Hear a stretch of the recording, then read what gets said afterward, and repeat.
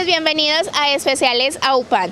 En esta emisión les presentaremos un taller sobre salud integral para población LGBTIQ+, dirigido a profesionales de la salud. Perfecto. Entonces, el nombre del taller es Vida Digna, Buen Vivir y Cuerpos que Importan. ¿Por qué? Porque es muy importante, colegas, que nosotros reconozcamos hablar de bienestar y salud de la población LGBTIQ+, o de la población con orientaciones sexuales, identidades y expresiones de género no hegemónicas, implica hablar de una vida digna, de la posibilidad de que las personas en su cotidianidad, no solamente cuando se acercan a solicitar una asesoría por trabajo social o porque hay que acompañar a una familia que nos notificaron desde comisaría de familia o porque se activó un código fucsia en el hospital en el servicio de urgencias y entonces identificamos que la persona es una persona LGBTIQ+, es decir, no solamente porque la prestación directa de un servicio de salud implica en la salud de las personas, sino porque hay características de ese contacto que van a afectar a la posibilidad de vivir dignamente, de existir dignamente en el municipio de Andes y en el municipio de Jardín, de poderme mover con libertad y existir. Entonces, vamos a dividir nuestra charla en 3 momentos. En un primer momento vamos a hacer una contextualización de cómo es vivir en Colombia y en Antioquia como una persona LGBTIQ+, para que nos aterricemos en el contexto. Un segundo momento en el que vamos a hablar de definiciones. Ay, pucha, es que una amiga del colegio de mi hija me dijo que era género fluido, poliamorosa, anárquica, relacional. Yo no entiendo eso, ¿qué? O sea, no entendí. ¿Cierto? Entonces hablar un poquito de definiciones, eso qué significa. Y en la tercera, si el tiempo es amable con nosotras, vamos a acompañar un caso clínico. ¿Listo? Muy bien. Entonces ahora vamos a avanzar 4 diapositivas. Eso. Y vamos a conversar sobre cuál es la situación de las personas con diversidad sexual y de género en Colombia. A mí usualmente no me gusta usar la palabra diversidad para hablar de población LGBTIQ+, porque las personas heterosexuales también hacen parte de la diversidad sexual. Y las personas que se identifican con el sexo asignado al nacer también hacen parte de la diversidad sexual. Entonces, básicamente, diversidad sexual somos todos. Pero vamos a entenderlo de pronto para no decir orientaciones sexuales, identidades y expresiones de género no hegemónicos, que es un poquito largo. Si en algún momento menciono diversidad o el acrónimo LGBTIQ+, estoy hablando de la misma población, ¿vale? Bien, vamos a la siguiente. Colegas, ¿conocen o habían escuchado hablar de Caribe Afirmativo? Caribe Afirmativo de pronto nos hace como un eco por allí. Caribe Afirmativo es una organización no gubernamental que lleva muchos años en Colombia trabajando por la protección y la garantía de los derechos y la visibilización de la población LGBTIQ+.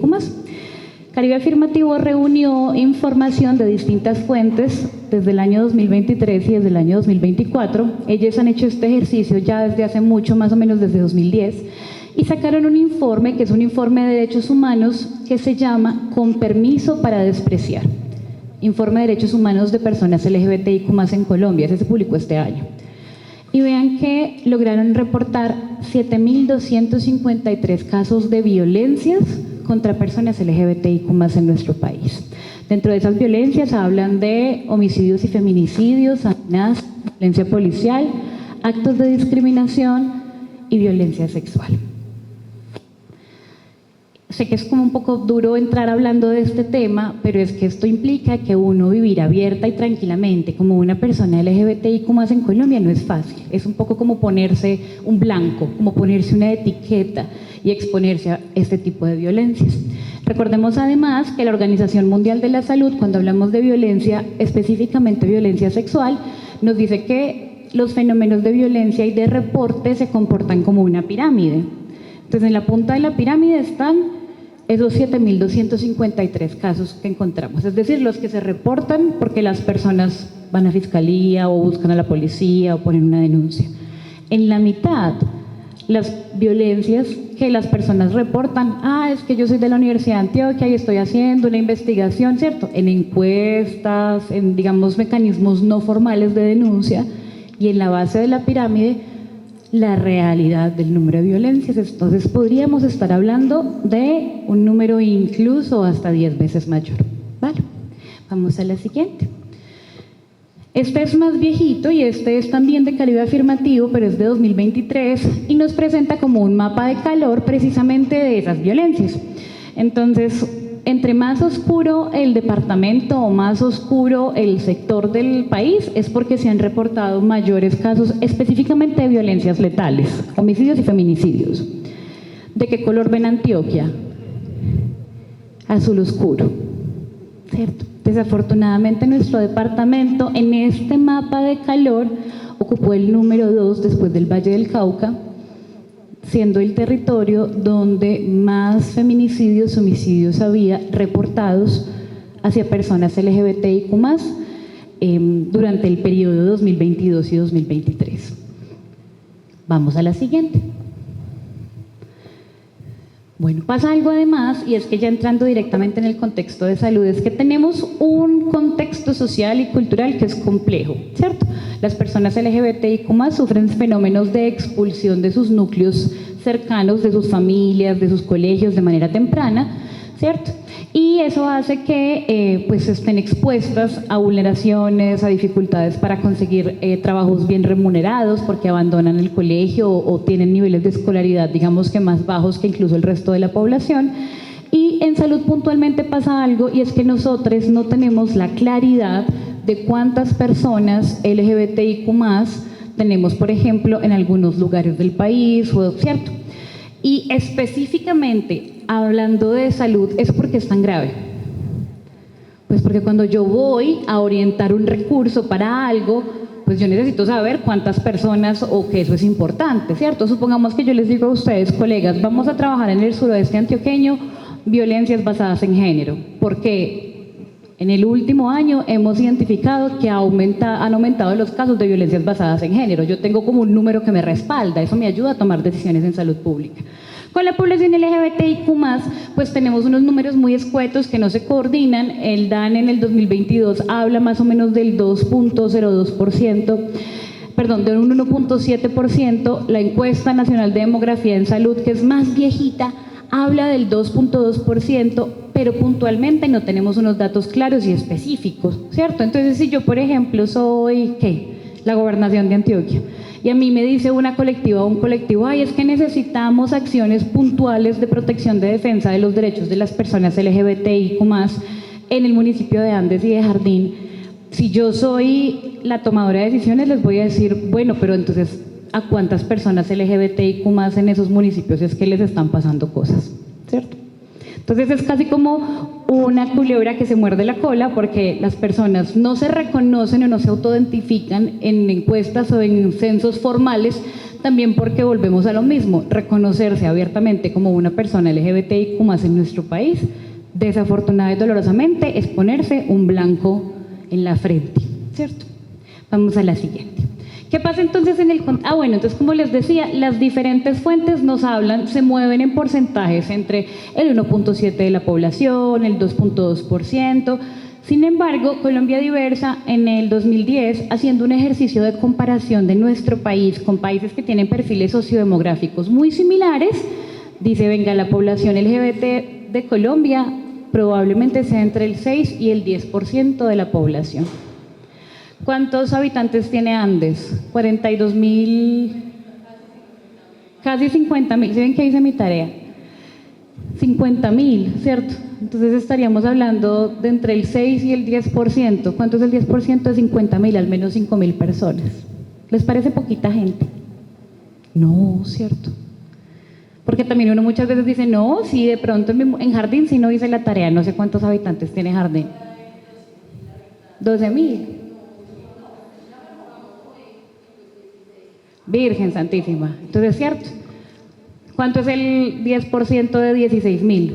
1.600. Entonces, porque ahorita me dio 5.000. Ah, sí. Porque eran casi 50.000. Gracias, Clau. Muy bien. Entonces, bueno, no estamos hablando de poquita gente, ¿cierto? No estamos hablando de 2 o 3 personas, pero cuando una hace la memoria de quienes abiertamente en los municipios se reconocen como personas LGBTIQ+, uno casi que podría contarlas con los deditos de las manos, ¿cierto? Entonces, ¿dónde están esas otras personas? Vamos al siguiente. ¿Qué pasa en salud? Bueno, Ustedes diligencian formatos de historia clínica. Levanten la manito quien tiene que diligenciar formatos de historia clínica o de historias de atención, registros de atención. El doc, ¿cierto? 1, 2, 3. De pronto las colegas de trabajo social no tienen que ser tan estrictas, pero pasa algo. Ustedes sabían que en la historia clínica nosotros tenemos por ley que registrar la identidad de género de nuestros pacientes. Por ley. Esta es la resolución 866 de 2021 y es una resolución del Ministerio de Salud. Es una resolución que habla de cuáles son las cosas que una historia clínica en Colombia formalmente debe tener. Entonces ahí está el número de documento de identidad, el tipo de documento de identidad y como ítem número 6 nos dice registrar la identidad de género. Desafortunadamente cuando al ministerio lo asesoraron para poner las opciones, lo asesoraron como medio regular, pero es obligación. ¿Eso qué quiere decir? Que nosotros deberíamos tener en todos los registros de atención clínica o de atenciones en salud, eso implica salud mental y salud física, deberíamos tener entonces el registro de la identidad de género de nuestros pacientes. Bien, bueno, vamos a la siguiente. Para que veamos un poquito el contexto, cómo está, nosotros pasemos la siguiente diapositiva, por fin. Eso. Fichas de notificación obligatoria del Civigila, ¿las conocemos? Para violencia sexual, para violencia física, para otras situaciones de interés en salud pública, como por ejemplo COVID-19, ¿qué más? Suicidio. Exacto, entonces todas las situaciones que son de interés en salud pública, nosotros diligenciamos una ficha del Civigila. ¿Ustedes saben desde qué año el Civigila incluyó en las variables de caracterización de la persona las variables de orientación sexual e identidad de género? 2024. ¿No les parece muy grave? Eso fue ayer, básicamente, ¿cierto? Muy bien, entonces vean que nos estamos poniendo en el contexto de listo. Entonces Colombia es un contexto sociocultural complejo. Nuestro departamento antioqueño es muy tradicional, es muy conservador, ¿cierto? Tenemos unos retos importantes para el registro y la información en salud. Vamos a la siguiente. Y nos encontramos además con unas barreras de acceso puntuales. ¿Listo? ¿Qué pasa entonces con las personas LGBTIQ+ y su posibilidad de acceder a servicios de salud?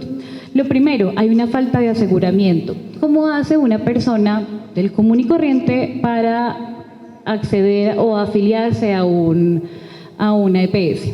¿O qué necesita? Eso, entonces la persona, si no tiene capacidad de pago, estar cisbenizada. Si tiene capacidad de pago, pues directamente, ¿cierto? Usualmente para uno tener o solicitar la encuesta del Cisben, ¿qué le solicitan? Ya sea porque uno la solicite virtual o presencial, ¿qué debe presentar uno? Su documento de identidad y ¿qué más? Perfecto, Clau, la dirección, listo. Y entonces resulta que yo soy una mujer lesbiana migrante en este momento, desafortunadamente, por el Bajo Cauca antioqueño, precisamente las personas LGBTIQ+ no la están pasando bien porque están siendo señaladas o de interés para los grupos al margen de la ley. Entonces vamos a suponer que yo soy una persona desplazada del Bajo Cauca, atravesé cierto tan y me vine para acá. ¿Y dónde vivo? Pues de pronto si me da, puedo pagar un hotel o me quedo donde alguna conocida o donde un conocido. ¿Yo cómo me voy a hacer cisbenizar? ¿Qué dirección pongo? ¿Cierto? Entonces tenemos necesidades importantes desde el aseguramiento. Adicionalmente, vulnerabilidad socioeconómica. Y siempre que estoy hablando de esto, les cuento una experiencia que tuve en Medellín, en un hospital de alta complejidad, en el que la directora médica me decía, doctora, pero yo siento que es que también se sobrevictimiza a la población LGBTIQ+. Aquí en el hospital tenemos colegas con posgrado, que vienen a la cena de Navidad del hospital con un hombre gay con su esposo, una mujer lesbiana con su esposa. Y yo le decía, doc, maravilloso. Ese es el deber ser de todas las personas LGBTIQ+ del país. Sin embargo, ¿qué pasa? Lo que les contaba ahorita.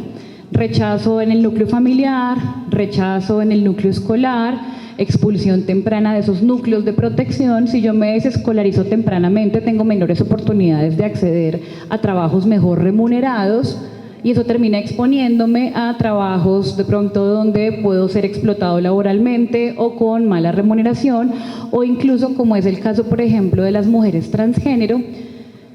Las mujeres transgénero las identificamos en qué sector económico, en la prostitución o el trabajo sexual, ¿cierto? Y en la peluquería, ¿cierto? Porque también tenemos el imaginario colectivo de que una mujer transgénero no puede hacer nada más. Adicionalmente tenemos otros modelos que ya vamos a entrar a hablar de ellos, y son los modelos de atención que no son afirmativos. El modelo de segregación, el modelo neutral o de neutralidad, el modelo de evitación y el modelo de exotización. ¿Ustedes han tenido en algún momento de su ejercicio profesional que atender o acompañar a una persona LGBTIQ+? Que ustedes sepan que esa persona se reconoce como una persona LGBTIQ+. Sí, no, ni idea, ¿cierto? No lo hemos identificado. Estos modelos que dicen, por ejemplo, en salud. Nosotros en salud hablamos de, doctor Joan, ¿qué tan común es una vaginosis bacteriana? Es pan de todo, ¿cierto? Todos los días. Una vaginosis bacteriana, colegas, es una infección de la vulva, y cuando se diagnostica, uno que le dice a las pacientes que eso es una ITS o que no. Que no, a uno le enseñaron en la facultad que eso no es una ITS, que es porque cambia el pH de la vulva o porque está lavando la ropa con un jabón de ropa muy fuerte, ¿cierto? Pues resulta que la Asociación Americana de Ginecología y Obstetricia identificó que si esa mujer tiene relaciones sexuales con otra mujer, sí le puede pasar la vaginosis bacteriana, ¿cierto? Es decir, yo asumo, desde la medicina, asumimos que todas nuestras pacientes son heterosexuales o que todas tienen sexo con personas con pene. Entonces, en ese caso les decimos, no señora, tranquila, ¿cierto? Ni siquiera les preguntamos, ¿usted tiene parejas con vulva o relaciones sexuales? Entonces, eso es un modelo de neutralidad, asumir que todo el mundo es igual. Y no, vean que en el caso, por ejemplo, de una mujer lesbiana, eso sería una vaginosis bacteriana, una infección de transmisión sexual. El modelo de evitación es el que evita. Muchas veces ese evitar puede ser desde el prejuicio, desde el sesgo, pero también ese evitar puede ser desde el desconocimiento. Ay no, Mari, usted que fue a ese taller allá en ese festival, atienda usted a esa muchacha que yo de pronto la embarro. Y entonces Mari se vuelve pin, ya, la experta, la tesa. Y el día que Mari se fue de vacaciones, se jubiló, se cansó, ¿qué pasa con la institución? Se queda sin capacidad para atender y acompañar a las personas, ¿cierto? El modelo de exotización es aquel que se basa mucho como en lo que vemos en las series. Entonces, ¿cómo son los hombres homosexuales en las películas y en las novelas? Todos son súper afeminados, todos tienen unos manierismos particulares, todos son incluso muy coquetos con otros hombres, ¿cierto? Y entonces asumimos que todos los hombres homosexuales se comportan exactamente igual. Y el problema con estos modelos de atención es que desafortunadamente desestimulan la consulta, hacen que las personas consulten menos, acudan menos a nuestros servicios o no hagan una cosa que se llama el disclosure o la aceptación abiertamente sobre su identidad de género o su orientación sexual. ¿Listo? Es decir, por ejemplo, los hombres también sufren violencia sexual. ¿Ustedes sabían eso? Los hombres también son víctimas de violencia sexual. Es muy complejo que un hombre admita, ¿cierto?, que fue víctima de violencia sexual, porque en nuestro sistema tan patriarcal, tan conservador, pues es como si fuera un motivo de debilidad, ¿cierto? Ahora, ¿qué tan fácil será para un hombre, por ejemplo, bisexual, decir abiertamente en un servicio de salud o consultar por violencia sexual y decir es que yo soy una persona bisexual y fue agredido sexualmente por otro hombre, por ejemplo? No pareciese muy fácil, ¿cierto? Y con certeza son violencias que ocurren, pero no las tenemos documentadas. ¿Qué más barreras nos encontramos? Conocimiento técnico y científico escaso o muy limitado, ¿cierto?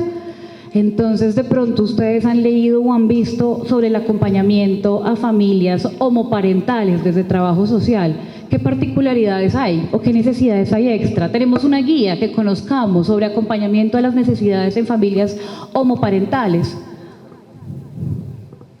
No, ¿cierto? Porque todos lados asume que la familia es nuclear, mamá, papá, una perrita que se llama Luna y los niños, ¿cierto? ¿Y cómo es la realidad de nuestro país? Al 90% de nosotros nos criaron la mamá y la abuela, o la mamá y la tía, ¿cierto? Muy bien. Y además tenemos ausencia de protocolos y de rutas en las CAPBs y en las IPS. Entonces una es una persona muy sensible con el tema, muchas gracias, me trajeron cositas. Es una persona muy sensible con el tema, a uno le duele, a uno le interesa, pero dice, bueno, ¿dónde leo? ¿Dónde estudio sobre familias homoparentales? ¿Cómo acompaño de manera diferencial violencias sexuales a personas LGBTIQ+? Uno no encuentra fácil ese protocolo, ¿cierto? Entonces, nos falta el conocimiento, nos faltan las guías y no hablamos de esto en nuestros servicios de salud, en nuestras oficinas, en nuestras consultas, en nuestros acompañamientos familiares. Quiero que vean ese número de allá de la izquierda mía, derecha de ustedes, que dice ese porcentaje. 73.4%. ¿Alcanzan a ver el texto que dice detrás? No. La mayoría de las personas encuestadas manifestaron que el personal de la salud confunde orientación sexual con identidad de género. Esto fue un trabajo que hizo el Ministerio del Interior en 2018 con población transgénero y se dieron cuenta que de todas las personas encuestadas, el 73.4% se identificó que su profesional o sus profesionales de atención en salud y acompañamiento en salud no sabían la diferencia entre identidad de género y orientación sexual. Vamos a ir a la siguiente. ¿Les parece importante eso? Gravísimo, ¿no? Muy bien. Y no me está ayudando mucho el video BIN, pero entonces ustedes se van a imaginar que dentro de esos hexágonos dice discriminación, exotización, miedo, estigma, respeto y en la de arriba estereotipos y prejuicios. En el 2021, la Secretaría de Salud de Medellín hizo un ejercicio con profesionales de la salud, trabajadoras sociales, trabajadores sociales, psicología, medicina general, medicina especializada, equipos de farmacia y enfermería, y encuestaron respecto a cuáles eran los imaginarios que tenían les profesionales de la salud respecto a la población LGBTIQ+. Y esto fue lo que surgió. Muchas personas decían como no, pues percibo total respeto frente a diferentes orientaciones sexuales, pero otras personas decían no, las personas LGBTI son siempre promiscuas y siempre tienen ITS y VIH, o son todos estilistas, peluqueros, son débiles, agresivas, todas son prostitutas, les gusta llamar la atención, entre comillas, ¿cierto? Actitudes de rechazo, burla, anormalidad, es algo que es evitable, que es inmoral y que no es natural, ¿cierto? Entonces, aparte de que tenemos unas barreras estructurales para el acceso a servicios de salud, tenemos también unas barreras actitudinales por parte de los profesionales. Ay, muchísimas gracias. Y mejor así, ¿cierto? ¿Ven mejor? Ah, no, entonces yo les sigo contando. Ah, bueno, perfecto. Entonces, estos modelos hacen que sea más difícil acceder a atención y les quiero hablar de algunos resultados en salud. Vamos a ir a la siguiente, porfa. Eso sí. Sí ve que cuando una sabe manejar un video bien. Vamos a la siguiente, Jen, porfa. Excelente. Ahí les puse 3 revisiones sistemáticas. Uno en salud, como que todo el tiempo le enseñan que todo tiene que ser revisiones y está revisando y guías y tales. Estas son 3 revisiones que hablan sobre las inequidades en salud que perciben las personas LGBTIQ+, a razón de la actitud de sus profesionales en salud, ¿cierto? Entonces, por ejemplo, el segundo estudio habla directamente de jóvenes, adolescentes y adultos jóvenes, lesbianas, gays, bisexuales y transgénero, y la incidencia, esto fue realizado en Europa, de infección de transmisión sexual y el momento del diagnóstico. Por ejemplo, cuando se diagnosticaban sífilis, en qué momento se diagnosticaban o qué tan rápido era o tan común que los jóvenes fueran a hacerse pruebas diagnósticas de ITS, y se dieron cuenta que era muy poco común que se identificaban en fases más avanzadas las ITS y que eso estaba asociado a que los jóvenes percibían que iban a ser juzgadas y juzgados por sus profesionales de la salud si consultaban por un motivo de salud sexual y eran identificados como personas LGBTIQ+. A hoy, colegas, hemos identificado que las barreras para acceder en salud, es decir, nuestra actitud de discriminación, por ejemplo, para las personas transgénero que no sean reconocidas en su identidad de género, que no sean llamadas por su nombre identitario, que sean tratadas de manera diferencial, es una barrera que impacta directamente en la salud de las personas LGBTI. Las personas transgénero tienen una carga muchísimo mayor de VIH. Las mujeres trans solitas, según reportes de 2022, tienen 39 veces más riesgo que la población general de infectarse de VIH. Y los hombres transgénero, 6.8 veces más riesgo. ¿Cierto? Adicionalmente, tenemos altos índices de aislamiento social, depresión, ansiedad, estrés postraumático asociado a violencias, uso problemático de sustancias psicoactivas. Incluso, ¿saben qué? Diagnóstico más tardío de cánceres ginecológicos en mujeres lesbianas y bisexuales que en mujeres heterosexuales. ¿Y saben por qué? Porque tratan de dilatar la atención, tratan de, ¿cierto?, lo menos posible, y más cuando son servicios ginecológicos. Entonces no es que una mujer lesbiana, por ser una mujer lesbiana, tenga el gen del cáncer de mama solo porque es lesbiana, sino que si identifica motivos de consulta o situaciones asociadas a la salud ginecológica por las que tiene que ir a consultar, muy probablemente va a consultar de forma más tardía. Es decir, cuando el cáncer está más avanzado o cuando hay menores posibilidades de tratamiento. ¿Listo? Dentro de esos desenlaces en salud tenemos adicionalmente los de salud mental, también desenlaces adversos en salud cardiovascular. Hay altos índices de hipertensión, obesidad y diabetes en la población LGBTIQ+, y esto está asociado a los bajos índices de salud mental, mayor uso de sustancias, mayor tabaquismo, ¿cierto? E incluso percepción de rechazo de espacios sociales, que hace que muchas personas LGBTIQ+ no se sientan cómodas asistiendo a otros espacios, ¿cierto? Como por ejemplo parques, lugares sociales, gimnasios, etcétera, donde podrían socializar, hacer actividad física, etcétera, etcétera. ¿Listo? Vamos a ir a la siguiente. Entonces, ya tenemos un poquito como un contexto general, ¿cierto? Naturalmente hay personas LGBTIQ+ que jamás van a experimentar estas violencias, pero desafortunadamente son una minoría, ¿cierto?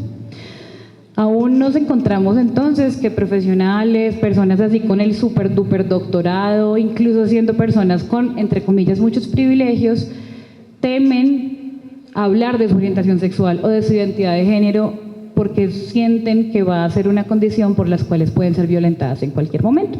Entonces, para tratar de aterrizarnos un poco más, vamos a hablar de definiciones y de generalidades. Esto es una propuesta, ¿listo? O sea, esto no está escrito en piedra y así va a ser hasta el fin de los tiempos durante toda la eternidad. No, es una propuesta para que podamos entender un poco mejor todo este asunto de la diversidad sexual. Entonces, ustedes observan allí seis definiciones. Vamos a tratar de conversar un poquito de cada una de ellas. Entonces vamos a ver si me acuerdo de los nombres de ustedes. Recordando nuestros acuerdos iniciales, ¿cierto? Respeto, pregunta con toda tranquilidad. Esto no tengo ni idea o es lo que creo. Muy bien. Entonces, a ver, Clau. Sexo biológico. Cuando alguien te dice el sexo biológico, ¿eso qué será? Entonces dice Clau, si es hombre o mujer. ¿Y qué hace que a una persona o a un ser humano le digan usted es un hombre o usted es una mujer?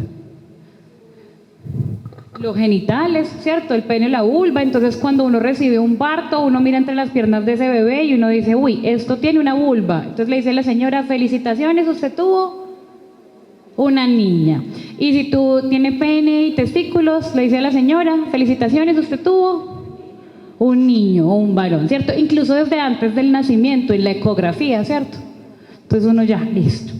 ¿Qué más cosas definirán el sexo biológico? ¿Qué más se imaginan? Aparte de los genitales. Los rasgos físicos. ¿Y los rasgos físicos aparecen en qué momento de la vida? Como en la pubertad, en la adolescencia. Vamos a ir a la siguiente diapositiva. Entonces, colegas, ustedes se van a encontrar que hay libros y publicaciones en donde aparecen hasta 7 categorías del sexo biológico, incluso más. A mí me gusta agruparlas en esas 3 porque nos ayuda a comprenderlas un poquito más fácil. La primera, la genitalidad; la segunda, la información genética; y la tercera, la carga hormonal. No sé qué pasó ahí como con ese hormonal que no me aparece. Entonces son 3 cosas: genitalidad, información genética y carga hormonal. Vamos a hacer el ejemplo conmigo. Entonces, cuando yo nací hace ya 34 años, aunque parezca 25, el médico que atendió el parto de mi mamá vio que yo tenía una vulva entre las piernas. Entonces le dijo: señora, felicitaciones, usted tuvo una niña. Entonces, genitalmente, digamos que yo nací con una vulva. El médico sabía que yo tenía dentro un útero, unas trompas uterinas y todo lo demás. No lo supone, ¿cierto? Pues porque tenía una vulva por fuera, pero no es como que me hayan hecho una ecografía cuando yo nací, no, ¿cierto? Y resulta que esa genitalidad, ¿cierto?, se acompaña. Yo podría haber tenido un pene y testículos y ser un niño o un macho, un varoncito, ¿cierto? Entonces, genitalidad, vulvas o penes y testículos, listo. Y la información genética, ¿saben lo que son los cromosomas? Los genes, más o menos es como el libro de instrucciones que tiene cada célula para hacer un ser humano, ¿cierto? Libro de instrucciones. Entonces, por allá en el capítulo 23 tenemos un par de cromosomas que son los cromosomas sexuales. En ese libro de instrucciones para ser un ser humano que se llama el genoma, hay un capítulo que es el 23 que dice o XX o XY. Si el capítulo 23 dice XX, una mujer, ¿cierto? Si el capítulo 23 dice XY, un hombre o un niño. Listo, vamos bien, ¿cierto? Y entonces resulta que si ese capítulo de ese libro decía XX y esa personita nació con una vagina o una vulva, porque la vagina no se ve, es la vulva lo que vemos por fuera, la carga hormonal sería más feminizante o más hormona femenina, estrógenos que aparecerían en la pubertad, ¿cierto? Y entonces la niña empieza, ¿qué?, a desarrollarse, le crece el busto, las caderas se hacen más anchas, llega la menstruación, ¿cierto? Pero si en el libro de instrucciones lo que dijera en ese capítulo 23 es XY, ¿qué pasaría con la carga hormonal en la pubertad? ¿Qué cambios veríamos? El cambio de la voz, una voz más gruesa, pues empiezan hablando como así, y ya después una voz más gruesa, ¿cierto? Más ancho los hombros, ¿cierto? Entonces aumentaría como la hormona masculina, testosterona, ¿cierto? Entonces casi que podríamos decir en resumen que el sexo biológico para los seres humanos lo definen la genitalidad, la información genética y la carga hormonal. ¿Cuántas opciones entonces de sexo biológico hay en nuestra especie? 2. ¿Y qué pasa con las personas que cuando nacen el médico o la médica ve los genitales y dice: ay, juepucha, yo no estoy muy seguro, muy segura si esto es una vulva, no estoy muy seguro? ¿Cómo se llaman estas personas? Intersex. ¿Han escuchado otro término? Excelente. Excelente. ¿Y por qué ya no lo usamos? Porque no hay hermafroditismo en los seres humanos. Vamos a la siguiente, Jen. Entonces, resulta que nosotros tenemos varias posibilidades de sexo biológico, no solamente 2, ¿cierto? Pucha, ¿cómo así? Sí, tenemos varias posibilidades de sexo biológico y son iguales de naturales que las 2 típicas. Lo que pasa es que se presentan con menos frecuencia. Entonces tenemos intersexualidad dentro de la genitalidad. Personas que pueden tener, hay una condición que se llama hipospadias. Entonces, las hipospadias, colegas, para quienes de pronto no están familiarizadas, es cuando el orificio, digamos esto es un pene, un falo, ¿cierto? Cuando el orificio, está raro el ejemplo con el micrófono, a ver aquí con esto, sí, ¿cierto? Acá, este es un falo, y acá están los testículos donde están mis manos. Usualmente, ¿dónde está el orificio por el que se orina? Acá, no, en la punta, al final del pene, en el glande, ¿cierto? Unas hipospadias es cuando no está aquí, sino está en algún otro lugar del trayecto del pene, ¿cierto? Y esas hipospadias se pueden acompañar de que el pene no haya terminado su configuración y se haya cerrado. Entonces, cuando yo soy una médica o un médico, puede que para mí no sea claro esa estructura que es. ¿Listo? Entonces, una personita con hipospadias podría tener intersexualidad genital. Hay otra cosa que se llama las sinequias vulvares.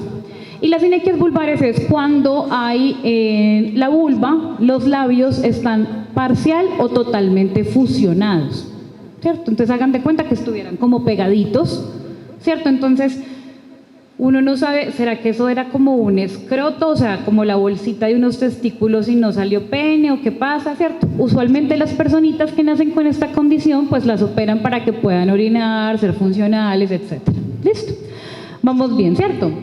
Entonces, puede haber intersexualidad en la genitalidad, puede haber intersexualidad en la información genética. Entonces, en ese capítulo 23 puede tener más páginas o puede tener menos páginas. Cuando tiene menos páginas, que en vez de tener XX o XY, o sea, le falta una, no tiene 46 cromosomas, sino tiene solamente 45, ese ser humano le faltaría un cromosoma sexual. Y esas personas las conocemos típicamente como personas con síndrome de Turner, o Turner se escribe. Listo, 45X0, les faltó un cromosoma. Pero también resulta que hay personas que traen ese libro de instrucciones con un capítulo extra. 47 triple X, 47XXX. Y hay personas que no traen ese extra una X, sino una Y. Entonces vienen XXY. Estas personas, las de XXY, 47XXY, se llaman o tienen un diagnóstico que se llama síndrome de Klinefelter. Listo, allí hay también intersexualidad a nivel cromosómico. Podemos encontrar intersexualidad a nivel de la carga hormonal. Entonces, han escuchado, me voy a saltar un momentico esa y vamos a pasar a la del ambiente, que también es hormonal. Personas con síndrome de ovario poliquístico. ¿Han escuchado? Es muy raro el síndrome de ovario poliquístico, relativamente no, ¿cierto? Todas tenemos una amiga o nosotras mismas que nos han dicho que tenemos síndrome de ovario poliquístico. Resulta, colegas, para que sepan, dato coctelero, el síndrome de ovario poliquístico es un rasgo intersex en la carga hormonal. ¿Qué pasa con las mujeres que tienen síndrome de ovario poliquístico? Son de pronto un poquito más velluditas, pueden tener dificultades para quedar en embarazo, porque los ciclos menstruales no son puntuales, ¿cierto? Adicionalmente pueden tener un poquito más de sobrepeso, es decir, ser un poquito más gorditas. Estas mujeres tienen una carga androgénica o masculinizante mayor que otras mujeres. Es decir, las mujeres con síndrome de ovario poliquístico son mujeres con rasgos de intersexualidad. ¿Sabían eso? No, ¿cierto? Ni idea. Y bueno, ¿recuerdan el año pasado los Juegos Olímpicos en Francia? Que hubo un escándalo con una boxeadora, Imane Khelif, que en el primer segundo noqueó, creo que fue una italiana. ¿Recuerdan eso más o menos? ¿Vieron Instagram? ¿Vieron, cierto? No sé qué usan los jóvenes hoy en día. TikTok, ¿cierto? Que salió un montón de gente a decir, no, es injusto porque Imane Khelif es una mujer trans. Y entonces ya por allá después salió que incluso es una cosa muy compleja porque Imane Khelif es de un país donde básicamente es ilegal ser una persona trans. Entonces, o sea, como que no podrías ser una competidora olímpica internacional si hubiese sido una mujer trans, lo cual también es muy terrible. Imane Khelif, cuando nació, el médico o la médica vio una vulva. O sea, ¿qué le dijeron a la mamá de Imane Khelif? Es una niña, ¿cierto? Imane Khelif tiene una cosa que se llama síndrome de insensibilidad a los andrógenos. ¿Qué es eso como tan técnico? Resulta que el síndrome de insensibilidad a los andrógenos es cuando una persona en su libro de instrucciones dice XY. O sea, ¿qué debería ser? Un hombre. Listo. Sin embargo, la naturaleza es como hace muchas trampitas, muy triquiñuelas. Y por allá cuando la persona está en embarazo, la mamá de ese bebé, ¿cierto? Que va a ser XY, está en embarazo, en la semana 7 se deben formar los genitales, ¿cierto? Entonces, si la personita es XY, se empieza a formar pene, testículos, próstata. Si la personita es XX, se empieza a formar vulva, útero, se empieza a formar todo lo que sería femenino. Resulta que las personas con síndrome de insensibilidad a los andrógenos, para que en nuestro cuerpo de feto que se está desarrollando se formen genitales masculinos, es porque la Y le dice a ese cuerpo produzca testosteronas, andrógenos, hormonas masculinizantes. Pero la insensibilidad de los andrógenos es que aunque se produce hormona masculinizante para que el desarrollo de ese bebecito se vaya hacia unos genitales masculinos, las células, soy de palo, tengo orejas de pescado. Nunca se enteraron. Y por defecto se formaron entonces genitales femeninos. ¿Han escuchado ese término o ese dicho que dice que todos somos mujeres? Por defecto, si nosotros no tuviéramos ese cromosoma Y, por defecto el cuerpo se desarrollaría femenino. Es ese cromosoma Y el que hace que se produzcan como esos andrógenos y se vaya el camino, ese cuerpito formándose, diga, ah, bueno, no es por aquí por donde deberíamos ir, sino nos vamos por acá.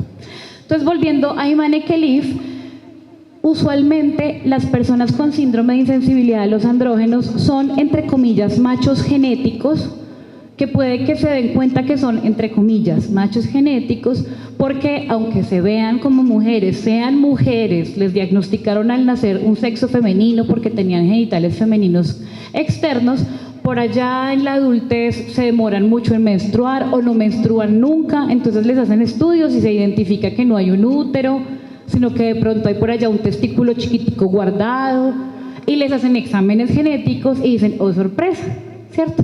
Genéticamente tu libro de instrucciones decía que ibas a hacer otra cosa. Vale, entonces esto es lo que le pasó a esa, o es digamos el diagnóstico que públicamente se dice que tiene esta boxeadora. Listo. Muy bien, entonces intersexualidad. Ahorita muy sabiamente las colegas dijeron no, el hermafroditismo era como le decían antes. ¿Por qué? Porque el hermafroditismo es un superpoder que no tenemos los seres humanos, que es el poder de cambiar de sexo de acuerdo a la necesidad poblacional. Tenemos un ejemplo maravilloso. Entonces, en este espacio tenemos, leo yo solo por el ojímetro, porque no sé, identificamos que todas somos mujeres. Esto es algo que no se debe hacer, pero para el ejercicio lo voy a hacer. Asumo que todas somos mujeres, menos el compañero que está camarógrafo. Y si nosotras fuéramos pescaditas, pues pucha, ¿cómo vamos a hacer para reproducirnos? Están haciendo falta machos en este espacio para podernos reproducir, ¿cierto? Entonces, ¿podría alguna de las pescaditas cambiar de sexo y comportarse como un macho para poderse reproducir con las demás? Si fuésemos hermafroditas. El hermafroditismo es la capacidad que tienen los individuos de una especie de poder cambiar de sexo de acuerdo a la necesidad de la población de animalitos. Los seres humanos no podemos hacer eso, ¿cierto que no? Entonces, no hay hermafroditismo en los seres humanos. ¿Qué seres son hermafroditas? Algunas estrellas de mar, las pulgas de agua, los peces payaso. Listo. Los seres humanos no somos hermafroditas. Cuando hay variabilidad a nivel genética, hormonal o genital, hablamos de intersexualidad. Listo. Muchas personas se dan cuenta que tienen rasgos de intersexualidad muy grandes en la vida o nunca lo notan, ¿cierto? Muy bien. Entonces, vamos a regresar 2 diapositivas atrás. Chulito en sexo biológico, ¿cierto? Aquí quiero dejarles un mensaje, y se nos fue el doc, pero una cosa es el sexo biológico y otra el sexo que me asignan al nacer. Porque es que, ¿quiénes tienen hijitos, hijitas? Levanten la mano. Muy bien. Cuando sus hijitos, hijitas nacieron, ¿les midieron la testosterona y el estrógeno?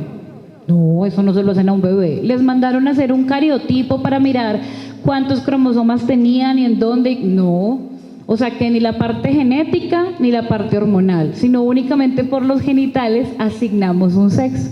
Entonces hablamos ahora de sexo asignado al nacer. El sexo asignado al nacer se puede coincidir o no con el sexo biológico. ¿Nos queda clara esa parte? Sí, que estoy viendo caras como de confusión. No, sí, acuérdense que pueden preguntar e interrumpirme cuando ustedes quieran. Lo mismo si hay personas que no sé por qué plataforma nos están acompañando también. ¿Listo? Bien, entonces, Sari, ya habiendo dicho eso, ¿qué es el género? ¿El género a qué te suena? ¿Dónde está Sara? No se me ha cambiado de puesto, sí. La cogí mirando el celular, ¿sí ve? Por eso les digo que yo soy profesora, muchachas. Sari, así como hizo Claudia el ejercicio del sexo biológico, ¿tú qué crees que es el género? El género, ¿a qué te suena? Tranquila. ¿Qué? El 50-50. No, acuérdese que estamos en un espacio seguro, está bien si nos equivocamos. Masculino, femenino, ¿cierto? Lo que marca uno como en los registros, pero bueno, ¿qué significará eso? ¿Qué implicaciones tendrá? Entonces, el género, colegas, a diferencia del sexo biológico, del sexo asignado al nacer, el género es una construcción social. El género son las expectativas que como sociedad creamos alrededor de un ser humano con base en lo que nos imaginamos que tiene entre las piernas.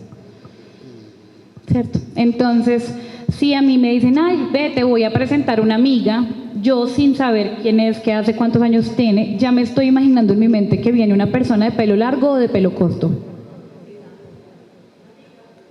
De pelo largo, exacto. Me te voy a presentar una amiga, entonces yo me estoy imaginando que viene una persona de pelo largo, ¿cierto? Me estoy imaginando que esa persona va a hablar así grueso, no, como que, ¿cierto? Y si me dice, ay no, te voy a dar el teléfono de mi amiga para que la llames, que ella te va a dar el dato del peluquero, ¿cierto? Este bueno que te digo. Entonces yo llamo, María Paula, por favor, y María Paula dice, con ella. Mi cerebro dice, pero ¿por qué María Paula está hablando grueso? Sí, ¿cierto? Entonces el género son las expectativas que como sociedad creamos en torno a las personas, como creemos que se deben comportar, amar, vivir, trabajar, ¿cierto? Con base en lo que nos imaginamos que tienen entre las piernas. Vamos a avanzar, Alexa, por fin, 3 diapositivas. Eso. Entonces, esto es una definición muy escueta. De género nos podríamos quedar hablando, mejor dicho, muchachas, un montón, ¿cierto?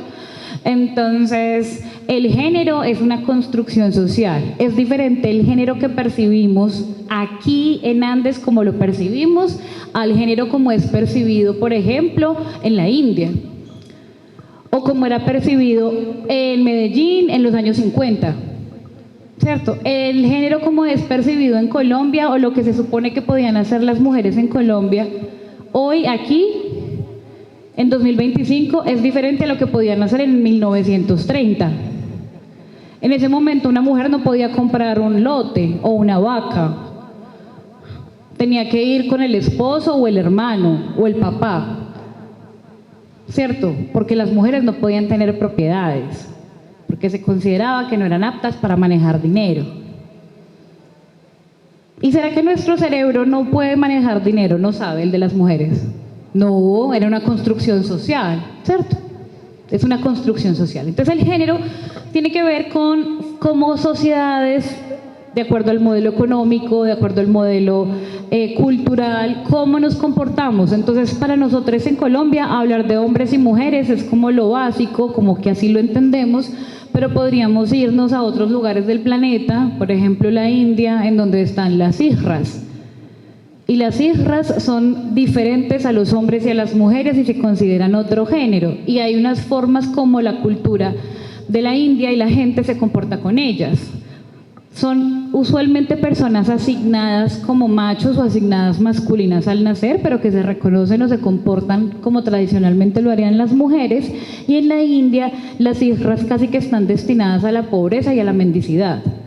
Son personas que no son apreciadas social y culturalmente. Pero nos podríamos ir a otro lugar del mundo, como el norte de Canadá, donde vive la población inuit, y hay personas dos espíritus.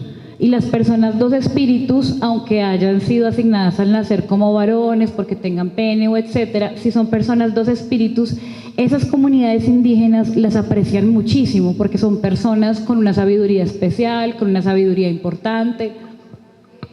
Nosotros podríamos hablar con personas en Verá Dóvida y en Verá Chamí, y les podríamos decir, sí, es que tu hija, la que es una mujer trans, y el código como mujer trans de pronto a ellas no les signifique, pero tienen en su lengua propia una forma de llamar a las mujeres que fueron asignadas al nacer como machos, ¿cierto? Entonces aquí el mensaje es, el género es una construcción social, y si es una construcción social es transformable, ¿cierto? Se puede cambiar, se puede modificar. Les voy a dar un par de datos cocteleros. Resulta que hasta 1990 las investigaciones clínicas o las investigaciones médicas no tenían la obligación de incluir mujeres en los estudios, ¿cierto? ¿Por qué? Porque se consideraba algo que una doctora estadounidense llama la teoría del bikini, que que las mujeres éramos exactamente iguales a los hombres en funcionamiento, menos el bikini, la parte reproductiva y la parte de las mamas, que por lo demás funcionábamos exactamente igual. Entonces los estudios científicos preferían no incluir mujeres como para que no pusiera raro el estudio.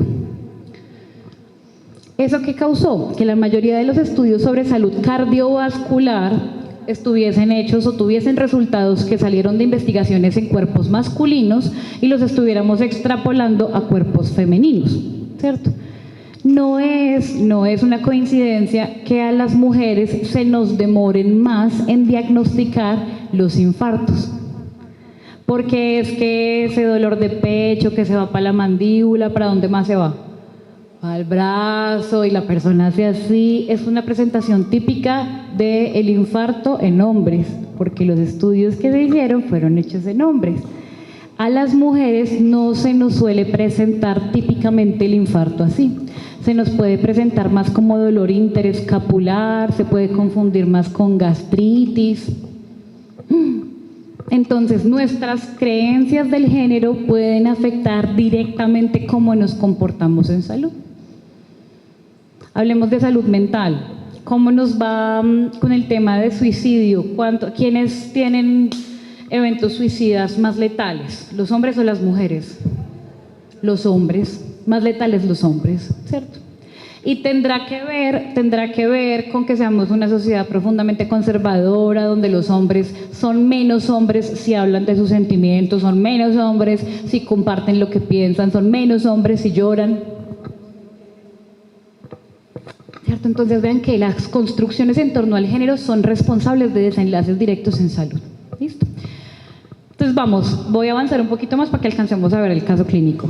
Entonces, sexo asignado al nacer y sexo biológico, género, vamos a hablar de identidad de género. Vamos a la siguiente, Alexa, por favor. La identidad de género es la percepción propia que tengo yo de mí misma, de mí mismo, de mí misma, como yo me percibo en el mundo, ¿cierto? Y es una construcción que es íntima, que es individual, que yo puedo nombrarla de una u otra manera dependiendo del espacio social en el que estoy, es decir, sería de pronto, si yo no sé qué es una hija o qué es una persona de dos espíritus, aunque mi forma de verme a mí en el mundo coincida con eso, pues yo no voy a decir soy dos espíritus. Les voy a dar un ejemplo. A mi consulta llegan personas transgénero adultas mayores y es muy difícil que una persona trans adulta mayor se nombre como trans. Dice, no, es que yo sé y yo sabía que yo era una marica desde chiquita.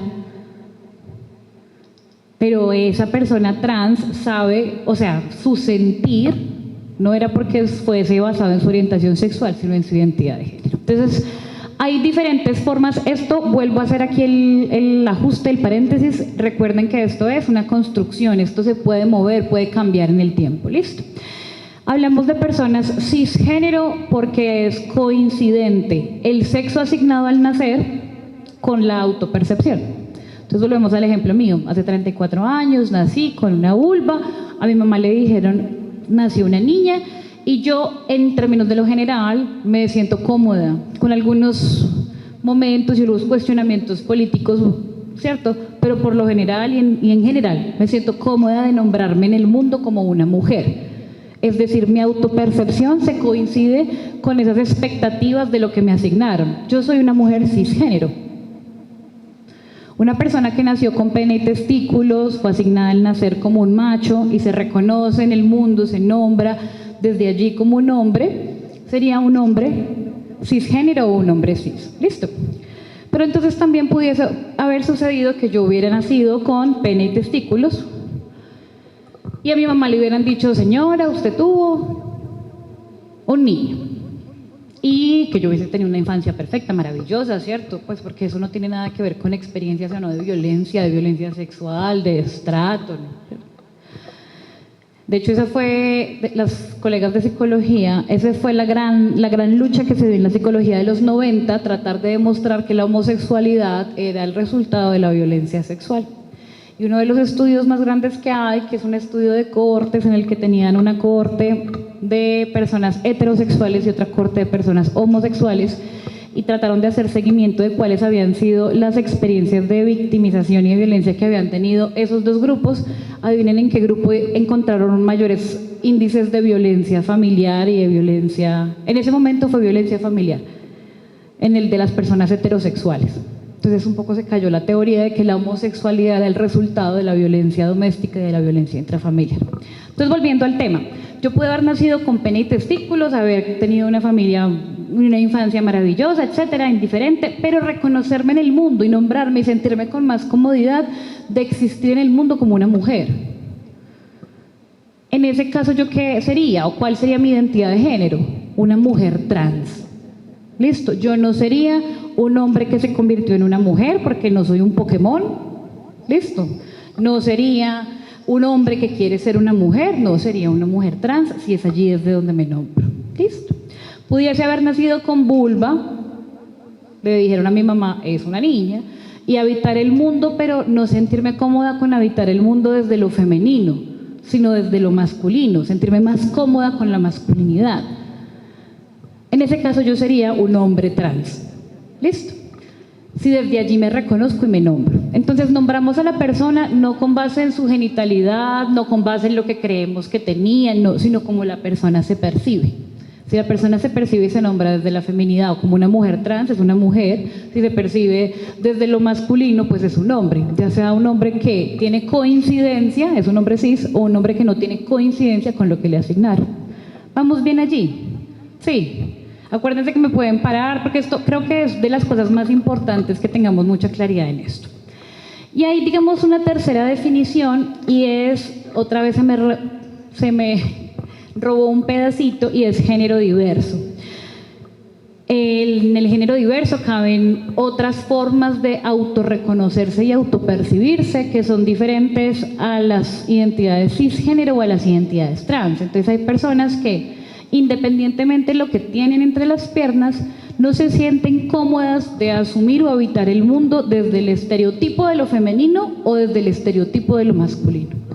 Entonces, por ejemplo, yo nací con la vulva, me diagnosticaron al nacer que era una niña y resulta que yo no me siento cómoda con socialmente los estereotipos, las expectativas. Entonces resulta que al momento en que yo digo yo no me siento cómoda desde aquí, la sociedad ¿qué hace? Entonces seguro se siente cómoda desde allá, desde lo masculino. Pero al nombrarme desde lo masculino, la sociedad también me va a decir, bienvenida a la masculinidad. Aquí tienes tu barba, tú no llorar, tú no puedes trabajar en profesiones del cuidado, ni se te ocurra ser enfermero, ni se te ocurra, ¿cierto? Entonces yo digo, no, pero el hecho de que yo no coincida y no me sienta como en concordancia con los estereotipos sociales de la feminidad no quiere decir que ahora yo quiera ponerme la maleta de la masculinidad. Las personas no binarias o de género no binario son aquellas que dicen no voy a asumir ni me siento en comodidad de asumir o de nombrarme desde ninguno de los dos lugares de los que la sociedad llama lo femenino o lo masculino. ¿Listo? Género fluido, que es la que está debajo de género no binario, son personas que fluyen o se mueven en el género, que se pueden reconocer o sentirse con más comodidad en algunos momentos de su vida desde la feminidad, otras desde la masculinidad. Y ese questioning es muy norteamericano y habla más de, también hay personas que se están preguntando, ¿cómo así? Sí, hay personas que se están preguntando, ¿será que esta vivencia mía del género es la que me gusta? No, desde donde me lo nombro. Listo. Puntos y claridades básicas acá. Ninguna de esas identidades de género es una enfermedad. Ninguna. Listo. Todas hacen parte de la posibilidad de formas de autoidentificación y autopercepción de los seres humanos. ¿Qué es más típico o más común? Las identidades cis, o que las vemos más porque históricamente las hemos abrazado más, no significa que no se presenten igual en la naturaleza de forma espontánea otras identidades de género. Lo que pasa es que no es que esté de moda, sino que ahora estamos hablando más de ello. ¿Listo? Muy bien. Vamos a ir a la siguiente. Y es la expresión del género. La expresión del género es como yo le muestro al mundo a mí que me gusta. ¿Qué me gusta en términos de mi pareja? No. ¿Qué me gusta en términos de ropa, de pelo, de atuendo? ¿Cierto? Entonces, por ejemplo, yo recuerdo mucho una de mis primeras consultas en el rural, cuando yo salí así pollita, ni tan pollita, pero bueno, de medicina, haciendo el rural. entró a consulta una adulta mayor. Yo estaba haciendo consulta de riesgo cardiovascular, o sea, hipertensión, diabetes. Y ella entró con su hija. Y la señora se quedó mirándome. Entonces empezamos la consulta, tal. Había pasado un momentico de la consulta y me dice la señora: ay, doctora, ¿yo le puedo decir algo? Y yo, sí, claro, cuénteme. Uy, doctora, usted parece como un macho con esos brazos todos rayados. La pobre hija: mamá, no sé qué. Yo me reí y le dije: cierto, pero a mí me gustan. Puede que esa adulta mayor en su imaginario, cuando me vio, haya dicho: uy, me tocó la doctora lesbiana. O uy, me tocó la doctora que quiere ser doctor. O simplemente no haya hecho esa elaboración, sino que haya puesto cierto rechazo. El hecho de que yo tuviera tatuajes para la construcción de ella era que eso era masculino, pero no significa que yo me identifique como un hombre. Esto no dice si me gustan las mujeres, los hombres, ambos, ninguno. ¿Cierto? Entonces la expresión del género simplemente como es, yo como existo en el mundo desde mi corporalidad, mis manerismos, mi pelo, mi rostro, mi maquillaje, mis manos, pues mis uñas, ¿cierto? Hay personas que pueden ser cisgénero, ¿cierto? Por ejemplo, una mujer que se reconoce como una mujer, habita el mundo desde lo femenino y que su expresión del género es pelo corto, ropa ancha. ¿Eso dice que le gustan las mujeres? No, es lo que la cultura piensa usualmente, pero puede ser una mujer heterosexual. Por ejemplo, veamos esta persona que está aquí en la última fotico. Entonces uno le ve de lejos y dice: ah, no, ese es el macho más macho de Macholandia. Entonces uno dice: tiene una novia en Andes, otra novia en Jardín, 2 en Medellín. Y él puede que sí sea el macho más macho de Macholandia y tenga un novio en Andes, otro en Jardín, 2 en Medellín. Ay, ¿cómo así? No era hombre. ¿Han escuchado ese término? Ay, yo pensé que ese era hombre. ¿Cómo así es que le gusta? Perdió hombre puntos si le gustan los hombres. O la mujer perdió mujer puntos si le gustan las mujeres. No, ¿cierto? Entonces la expresión del género simplemente nos habla a mí que me gusta. ¿Qué pasa? Las violencias sí se generan por la expectativa social y cultural. Cuando una persona rompe ese esquema, no está en esa expectativa, entonces la sociedad ya viene con sus prejuicios y cambios en las formas de tratar. Entonces vamos, ya chuleamos sexo biológico y sexo asignado al nacer, género, identidad del género, expresión del género, y vamos a ir a la siguiente, que es orientación sexual y práctica sexual. La orientación sexual, ¿qué es? A mí quién me gusta, quién me erotiza, de quién me enamoro y con quién me imagino, teniendo una finquita. Por aquí, ¿qué vereda buena hay? Una vereda chévere de Andes. ¿La qué? En San Bartolo. Entonces, la orientación sexual es con quién me imagino, teniendo una casita en San Bartolo, con unas gallinitas, un par de perros, ¿cierto? Entonces, la orientación sexual puede ser hacia dónde se orienta mi deseo sexual, mi deseo romántico y mi deseo de vínculo o mi deseo de proyecto de vida. Mientras que la práctica sexual es a mí qué me gusta sexualmente, qué me genera placer. Nos pasa mucho en las áreas de la salud que confundimos las dos cosas. Entonces llega una chica lesbiana a enfermería y le dicen: ah, no, pero ella no tiene que pasar por anticoncepción porque ella es lesbiana. Venga, espérese. Ella puede ser lesbiana, le pueden gustar las mujeres, pero también puede que tenga sexo con personas con pene. Ay, pero ¿cómo así no era lesbiana? Sí, puede ser lesbiana y tener sexo con personas con pene. ¿Qué pasa, por ejemplo, o qué pasaba en los 50s?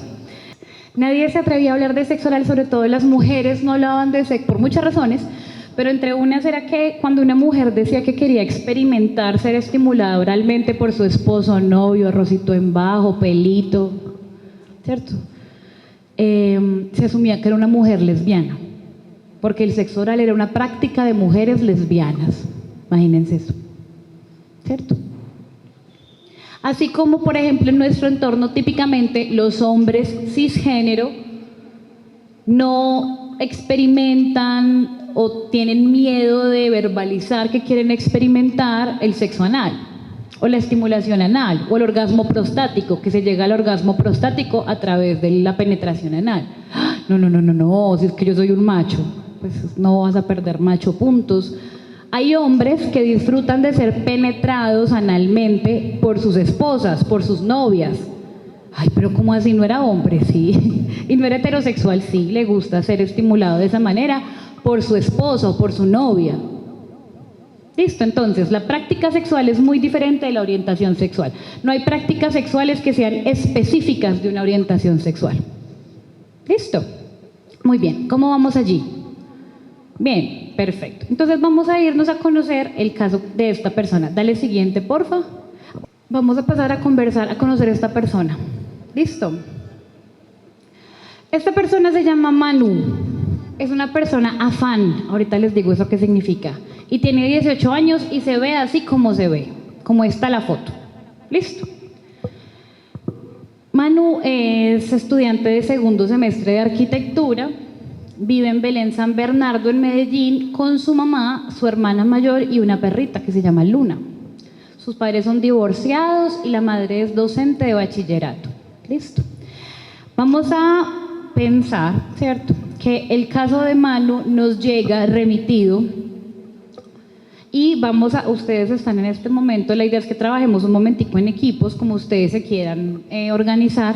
Pueden ser equipos de 3 o de 4 personas. No sé si las talleristas cuentan para que no pasteleen, pero también pues, para que no pasteleen las asistentes. Para ver cuál es la propuesta que vamos a hacer de acompañamiento con Manu y con su mamá. ¿Listo? Entonces Manu nos llega a la oficina. Manu es un caso que nos remiten. ¿Listo? Entonces, estudiante de segundo semestre, vive en Belén San Bernardo. Vamos a asumir que vive realmente en Jardín para las de Jardín y en Andes para las de Andes. Tiene un antecedente de trastorno de ansiedad generalizada. ¿Dónde está nuestra colega la psicóloga? Ya debe estar que vuelve. Y un episodio depresivo mayor a los 12 años. La mamá nos cuenta que intentó suicidarse a los 12 años, ¿cierto? Con pastillas. Estuvo en seguimiento con psiquiatría hasta los 14 años y de ahí no siguieron porque eso era muy difícil, porque siempre tocaba ir hasta Medellín, porque además a Manu no le gustaba tomar las pastillas, se sentía con incomodidad. Asisten a consulta porque la madre le prometió que podía iniciar el proceso, cuando cumpliera 18 años. Manu cumplió años el 23 de julio. O sea, literalmente está así, estrenando sus 18 años porque tenía mucho afán de que pudieran empezar el proceso porque la mamá le había prometido que empezaban cuando tuviera 18 años. Vamos a la siguiente, Alexa. Nos dice la mamá, ay, yo no entiendo, porque ella fue una niña normal. A los 13 años yo me di cuenta que a ella le gustaba una vecinita que empezó a vestirse como hombre, hasta descubrí que había creado una cuenta de Instagram en el que se había puesto Manuel. Y yo dije, bueno, pues es lesbiana, pero qué necesidad de verse como un hombre. Igual yo hablé con ella, la dejé tener su libre expresión, que se cortara el pelo, que se cambiara la ropa, se hizo unos piercings, bueno, todo, menos medicamentos. Eso sí no, porque yo nunca estuve de acuerdo, todavía sigo sin estar de acuerdo. Vamos a la siguiente. Y ahora que entró a la universidad, salió con el cuento de que no, que tampoco, que ella no es hombre, que ni Manuel, que ni Manuela, que Manu, que dice que ahora ella no es un hombre trans, que es disque no binaria. Bueno, entonces vamos a hacer grupitos y vamos a pensar cómo queremos acompañar a Manu y a su mamá. Listo. Como ustedes quieran, puede ser de a parejas, de a tríos, organícense así como ustedes quieran. Y la idea es conversar y pensar, alto ahí, Alexa, no me vaya a pastelear más. Bueno, la pregunta que tenemos son, ¿cuáles son las necesidades en salud de Manu? Entonces, ¿será que Manu necesita hormonas? ¿Será que Manu necesita cirugías? ¿O será que Manu necesita un psiquiatra o un psicólogo? ¿O que necesita una muenda bien dada para que deje la bobada? ¿O será que Manu necesita orar mucho para curarse, para que se le salga como ese espíritu ahí de la lesbianidad? ¿Cierto? Entonces vamos a parar ahí un momentico, nos vamos a dar 10 minuticos Y ustedes en los equipos, pueden ser 2 equipos, si quieren. Por lo que vi, la compañera que está por allá solita, bienvenida, ven, únete al equipo que tú quieras. Y vamos a proponer un acompañamiento para Manu. ¿Listo?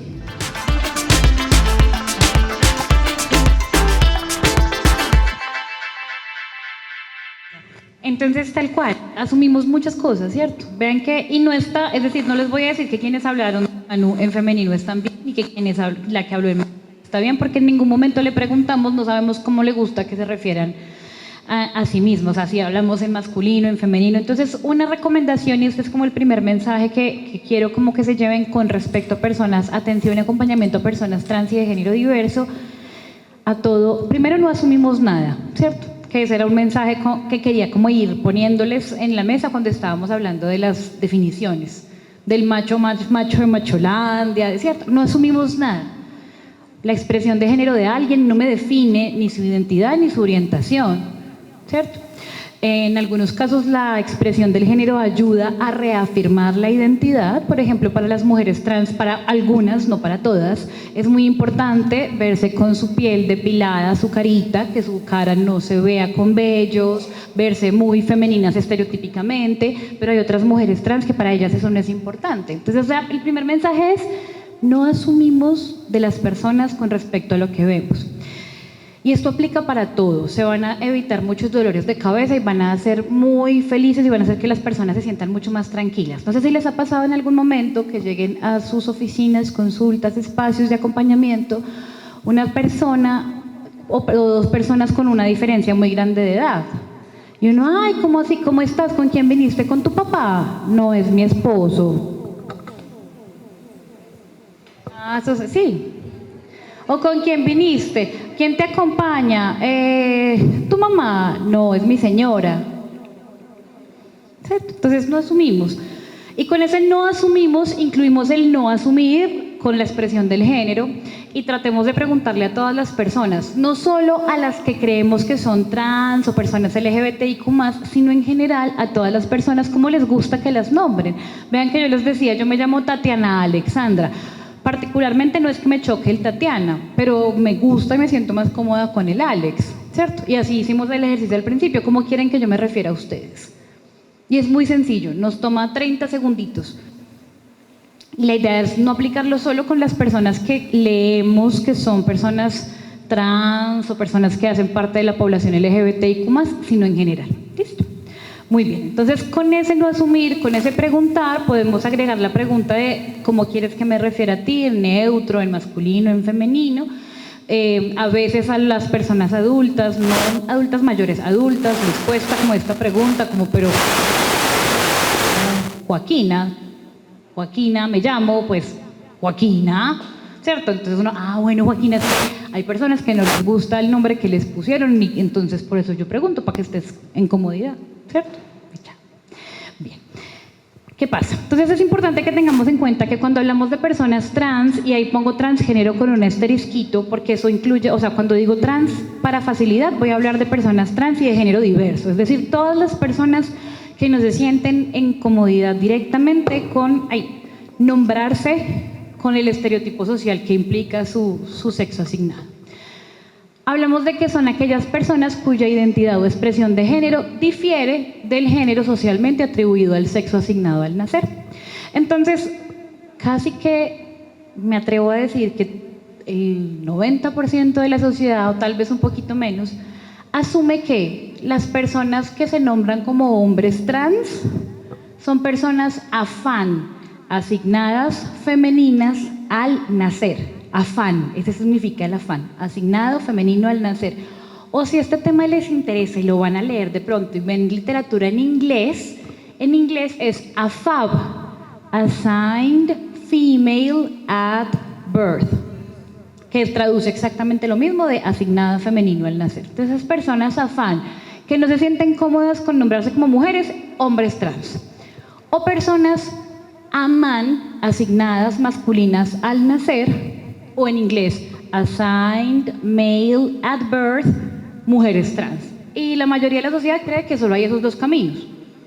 y que tú solo te mueves en esos dos caminos y que no, y típicamente desde las ciencias de la salud, la psiquiatría, la medicina, creíamos que solamente habían esos dos caminos.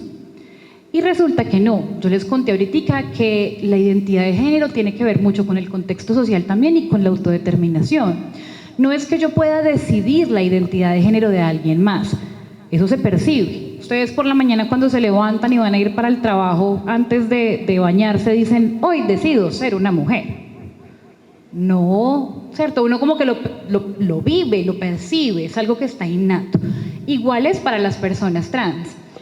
Pero es importante que tengamos en cuenta que también desde el contexto cultural en el que estemos, eso puede tener un nombre o una forma y eso está en expansión. Entonces uno dirá, juepucha, doc, entonces en unos años estaremos hablando de más identidades de género. ¿Quién sabe? Puede que sí. ¿Listo?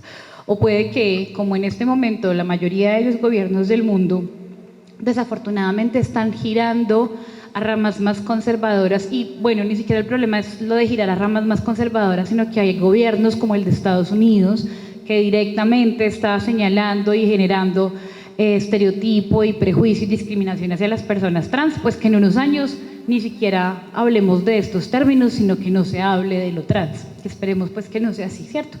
Pero entonces esto está en expansión. Vamos a la siguiente, Ale, porfa. Entonces la mayoría de las personas cuando hablan de personas trans, como que uno cree que una persona trans, entonces empieza primero por la parte social.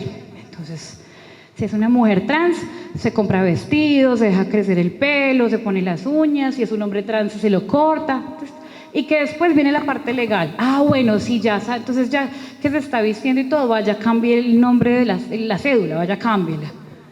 Y que después viene la parte médica con la parte hormonal. Entonces ahora sí puede utilizar, es un hombre trans, o sea, se quiere masculinizar, testosterona. Ah, es una mujer trans, se quiere feminizar, entonces estrógenos.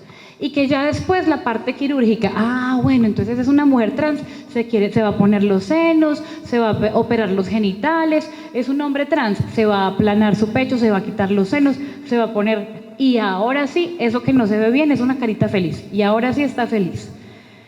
Vamos a la siguiente. Colegas, esto no podría ser más mentira. Chan, chan, chan. ¿Listo? Creemos, y uso mucho este ejemplo, como que socialmente asumimos que las personas transgénero son como Pokémones, que van como en etapas evolutivas, ¿cierto? Y resulta que no. Vamos a la siguiente, no he dejado a la pobre Ale tomar la foto. Este es un ejemplo que utilizan en Países Bajos. En Países Bajos está una de las clínicas de género más grandes de Europa y ellos lo que proponen, esto lo utilizan con adolescentes y con personas adultas jóvenes y más bien en vez de hacer una receta de cocina, hicieron este modelo que se llama el Gender Journey o el viaje por el género. Y esos son islas. Y entonces lo primero que le preguntan a la persona es ¿qué te trae aquí? ¿Cuáles son tus necesidades? ¿Qué te motiva? Y entonces podríamos hablar de Manu. ¿Qué le motiva? No le hemos preguntado. Es que no sabemos si el proceso para Manu es empezar a tomar hormonas o el proceso para Manu es que pueda cambiar su cédula para que los profesores en la universidad le llamen Manu y no Manuela y el diploma de arquitectura le salga con Manu, ¿cierto? No le hemos preguntado. Y puede que a Manu le generes mucho malestar, que Manu ni siquiera esté con un interés intenso de hormonizarse, ponerse grande y musculoso, pero que le genere mucho malestar, que en la casa todo el tiempo la mamá, Manuela, otra vez, Manuela, Manuela, Manuela, Manuela. Porque podría ser, ¿cierto? De hecho, el caso de Manu es un caso real. Cuando empecé a acompañar a Manu y a su mamá, nos dimos cuenta que realmente el afán de Manu no era hormonizarse. El afán de Manu era ser reconocida como en su autonomía y en su individualidad por su familia, porque él decía, yo en la universidad no tengo ningún problema. A mí en la universidad, incluso, pues hay algunos profesores que sí, no, pero pues mis amigos y mis amigas, bien. Pero yo llego a la casa y es como un recordatorio constante. A Manu le empieza el trastorno de ansiedad generalizada a los 12 años, adivinen por qué. ¿Qué suele pasar a los 12 años a las personas que fueron asignadas femeninas al nacer? la menstruación. Y entonces la ansiedad y el episodio depresivo de Manu fue porque le generaba una disforia profunda el sangrado menstrual. Y se angustiaba terrible y todo. Pero en ese momento no se reconoció, no se identificó, no se supo que era ello, y realmente lo que le generaba más disforia y más molestia a Manu no era no tener barba, no era no verse grande, era sangrar cada mes. Y cuando empezamos a conversar con ella, acompañarle, etcétera, ¿qué hicimos? Pues dejamos un tratamiento con un inyectable trimestral como el que se usa para anticoncepción, que tiene progestinas, y se le quitó el sangrado mensual y ya, y por lo pronto no se está hormonizando con testosterona y se siente en comodidad de ser una persona no binaria que no sangra. Vamos a la siguiente, dale, por favor. Entonces, el proceso de cada persona es único. No porque alguien se reconozca como una mujer trans o como un hombre trans o como una persona no binaria o fluida, ¿cierto? Significa que hay una lista de instrucciones o de chequeo que tiene que cumplir y que, listo. Les cuento otra cosa que me pasó hace 2 semanas. Me llama una paciente con la que hemos sido muy cercanas, yo la he acompañado desde 2022 y me dice, Doc, estoy súper feliz, es una mujer trans. Y yo, no, mentiras. Ya les iba a echar chisme. Me escribió, fue por WhatsApp. Doc, urgente, así en mayúscula y en negrita, te necesito urgente. Y yo, ¿qué pasó? Yo la llamé. Vamos a ponerle Daisy para respeto de su identidad. Daisy, ¿qué pasó? Doc, no, estoy súper feliz porque ya me dieron la cita de anestesia para la cirugía de la orquiectomía. Y pues esa cita es mañana, pero yo no sé bien la cirugía, o sea, yo sé que me quitan los testículos, pero yo como que no sé bien. Entonces yo como, mi reina, te van a hacer una cirugía y tú no sabes bien qué te van a hacer. No, pues Doc, yo sé que me van a quitar los testículos. Y yo le dije, ¿y tú quieres que te quiten los testículos? Y me dijo, pues es que yo estaba en la cita con el urólogo y el urólogo me dijo que pues si me quitaba los testículos ya se me iba toda la testosterona del cuerpo y yo ya no iba a tener el vello facial.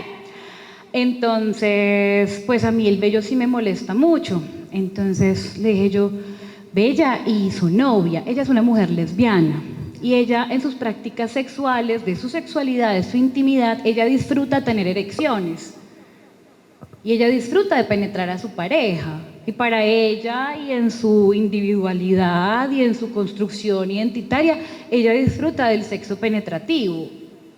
Entonces yo le dije, amor, si te quitan los testículos, vas a perder las erecciones. ¿Qué hizo Daisy? Canceló la cita con anestesia. Entonces, ven por ejemplo que el urólogo con ese deseo profundo, porque él se imaginó es una chica trans, seguro lo que ella quiere es sus senos, su vagina, sus hormonas, chulo, y el doctor, estoy segura que él no le dijo, ve a hacerte la orquiectomía de maldad, sino antes lo contrario, pero también teniendo la idea de que todos los tránsitos son igualitos y que todas las personas quieren lo mismo y que todas las personas buscan lo mismo. Entonces es muy, muy importante que cuando estemos acompañando a las personas les escuchemos sobre cuáles son sus intereses y logremos identificar si hay o no hay disforia. ¿Han escuchado el término disforia de género? De pronto, bueno, el término disforia de género se refiere a cómo esa discordancia entre la identidad y la asignación sexual generan malestar emocional importante que afecta a la funcionalidad. Es decir, yo puedo ser una persona transgénero sin disforia, pero hay muchas personas trans que tienen disforia. Por ejemplo, tengo una paciente que no podía conseguir trabajo, le costaba mucho, porque le daba mucha disforia y ansiedad el tono de su voz, porque era una voz muy gruesa. Entonces, cuando le estaban haciendo entrevistas de trabajo, ella estaba más concentrada, tratando de adelgazar su voz, de hablar más suavecito, y ella sentía como que los procesos siempre se le caían en la entrevista de trabajo. Para ella, la voz y el tono de su voz le generaba una disforia muy importante. A ella no le interesaba operarse los senos. Entonces, con ella, por ejemplo, ¿qué se debía hacer? Acompañarla y ver si podíamos hacer terapia vocal. porque las hormonas o los estrógenos no le iban a cambiar la voz, ¿cierto? Entonces, importantísimo, ese acompañamiento debe ser personalizado y ajustado a las expectativas y necesidades, ahí es de cada individuo, no de cada individuales. La toma de decisiones es compartida, entonces no es porque la trabajadora social me dijo que yo tenía que, no es porque la psicóloga me dijo que yo tenía que, no es porque el médico me dijo que yo tenía que, no. El médico, el psicólogo, la psicóloga, la médica, la enfermera, las personas que estamos en el cuidado de la salud, les contamos sus opciones, les contamos qué necesidades, qué riesgos sugerimos, pero las personas toman la decisión, ¿cierto? Estamos hablando de personas adultas, con niñez y con adolescencia también, pero digamos que ahí sí que, pues, digamos, más importante también incluir a los padres y a las personas cuidadoras. ¿Qué necesitan entonces las personas trans? Bienestar integral. Es que una persona trans también le da gastritis, también tiene un duelo amoroso, también tiene un duelo porque se le murió un animalito de compañía. Y creemos como sociedad y como profesionales de la salud como que cuando una persona llega a nuestros servicios y es una persona que se reconoce desde la identidad trans, como que lo único que necesita era fuera como hormonas y cirugía y ya, chao. O psiquiatría y chao.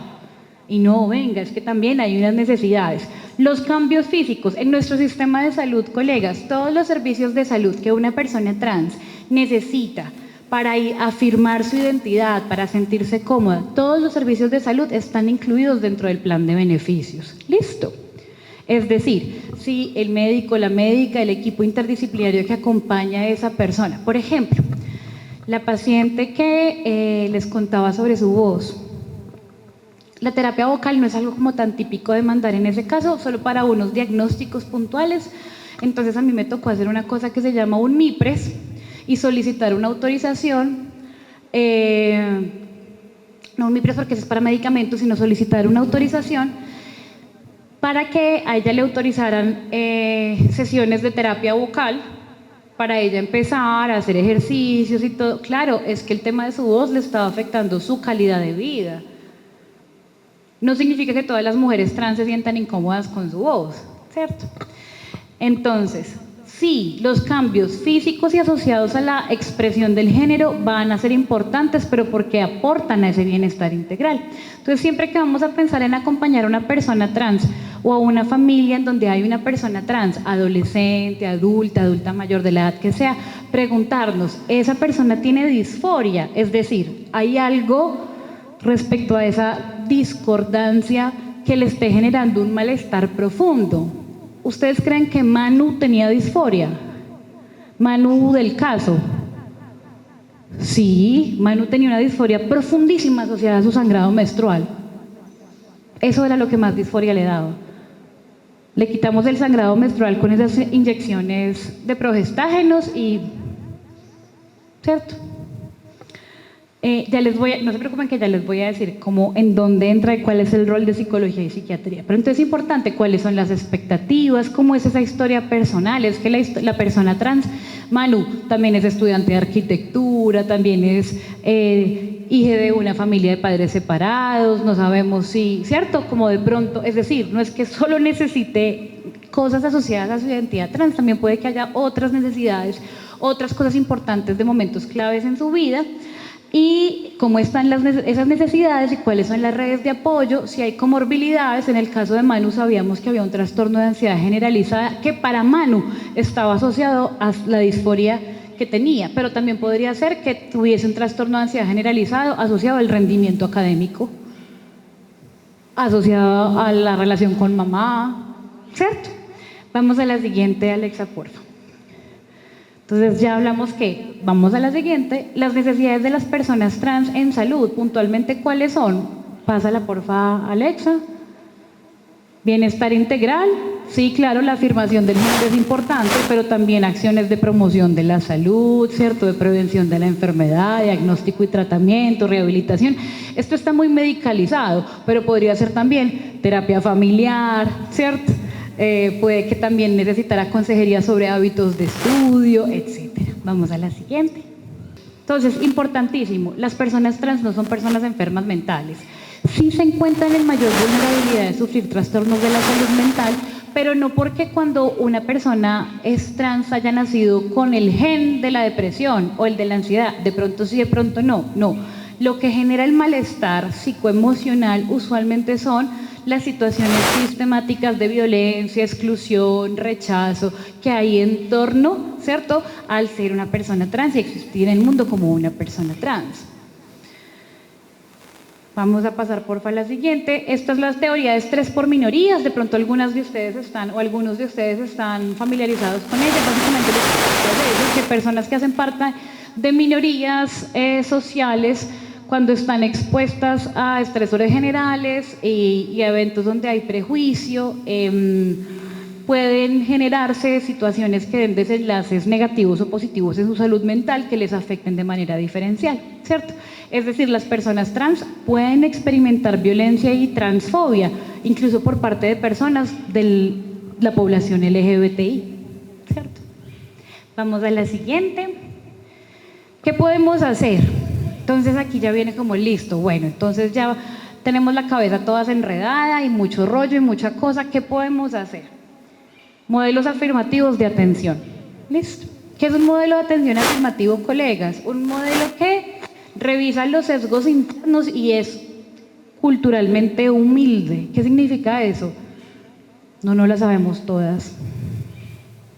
Y a nosotros, sobre todo desde el área de la salud, sí que nos cuesta reconocer que no nos la sabemos todas.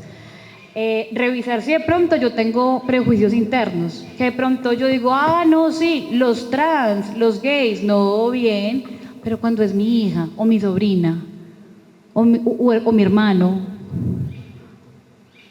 ¿cómo me siento? ¿O será que yo digo, sí, no, bien, pero cuando yo tengo en consulta una persona que yo leo como una persona trans o como incluso una persona en general LGBTIQ+, de pronto me cambio mi actitud, siento miedo de embarrarla, de hacerlo mal, siento indiferencia, ¿cierto que siento? Entonces revisar esos imaginarios y también, colegas, con respecto al compromiso que les decía yo con el que quedaban, el de replicar. La idea es transformar estos imaginarios en nuestros escenarios, no solo los laborales, claro que son importantes, pero en escenarios sociales, ¿cierto? Estoy en casa y mi sobrino se cayó y se atacó a llorar. Y le dice mi hermano, párese, que usted es un macho, es un niño, los niños no lloran. No le digas eso. ¿Te estás sintiendo mal, amor? Bueno, ya, ¿cierto? Ese tipo de cosas que parecieran tan lejanas realmente son las que refuerzan internamente esos estereotipos y esos imaginarios internos. ¿Qué más tenemos que hacer, colegas? Comunicación afirmativa. Alexa nos lo decía ahorita. Preguntarle a las personas cómo quieren ser nombradas. Listo. Aquí les voy a dar una cuña radial. Y es que en Colombia, nosotros como servidores y servidoras públicos y todos los sectores de la sociedad, incluyendo la empresa privada, los colegios, las instituciones, etcétera, etcétera, estamos en obligación de reconocer a las personas en su identidad y nombre identitario, así no hayan cambiado el documento de identidad. Listo. Entonces a Manu, los profesores de la universidad y las profesoras de la universidad le tienen que decir Manu. Obviamente creería uno que por humanidad, por pedagogía, por sentido común querrán hacerle sentir cómodo en su espacio académico, pero igual es una obligación. Listo. Entonces uno dice, juepucha, y en la historia clínica, ¿cómo hago si la historia clínica es un documento legal que ya viene? Entonces yo les contaba ahorita, la resolución 866 de 2021 dice que dentro de la historia clínica debe estar la variable identidad de género. Y si yo le puedo decir a Manu, ¿cómo estás? ¿Cómo vas? Tú sabes que como tu nombre legal es diferente, la historia clínica sale con ese nombre legal, pero en el primer momento en donde yo puedo poner enfermedad actual, Manu, joven no binaria de 18 años, prefiere que le llamen él o ella y continúo. Manu reporta que cuando él está en la universidad, y me refiero a Manu en masculino y todo el asunto. Listo. La comunicación afirmativa no va solamente con el nombre, sino también con el cuerpo, ¿cierto? También con los vínculos, también reconocer que a veces nos pasa, sobre todo a quienes estamos en medicina, uno pregunta por el esposo, la esposa, la pareja, y puede que una persona tenga múltiples parejas y todas sean importantes. Juepucha, y entonces uno ya, ¿cómo así? ¿qué hay?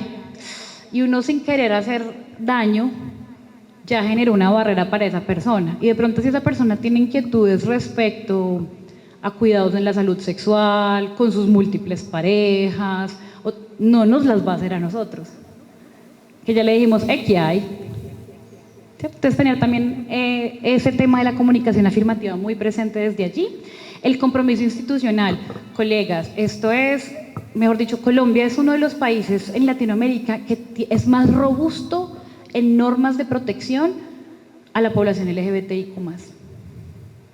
Tenemos política pública nacional, LGBTI, la de 2018, el COMPES que salió hace poquito, que es como la actualización de la política pública. En salud puntualmente tenemos el Plan Decenal de Salud Pública, tenemos dentro de la resolución 3280 en las RIAS las acciones de protección de la valoración de la salud sexual, tenemos la Política Nacional de Salud Sexual y Reproductiva de 2014, tenemos el MAITE, mejor dicho, ¿qué no tenemos?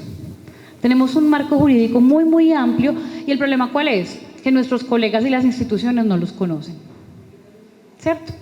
Alguien me preguntaba haciendo estas charlas, me decía, doctora, pero entonces, por ejemplo, una persona que por su creencia religiosa o por su fe crea que no está bien ser una persona trans, es decir, que solo hay hombres y mujeres y fin.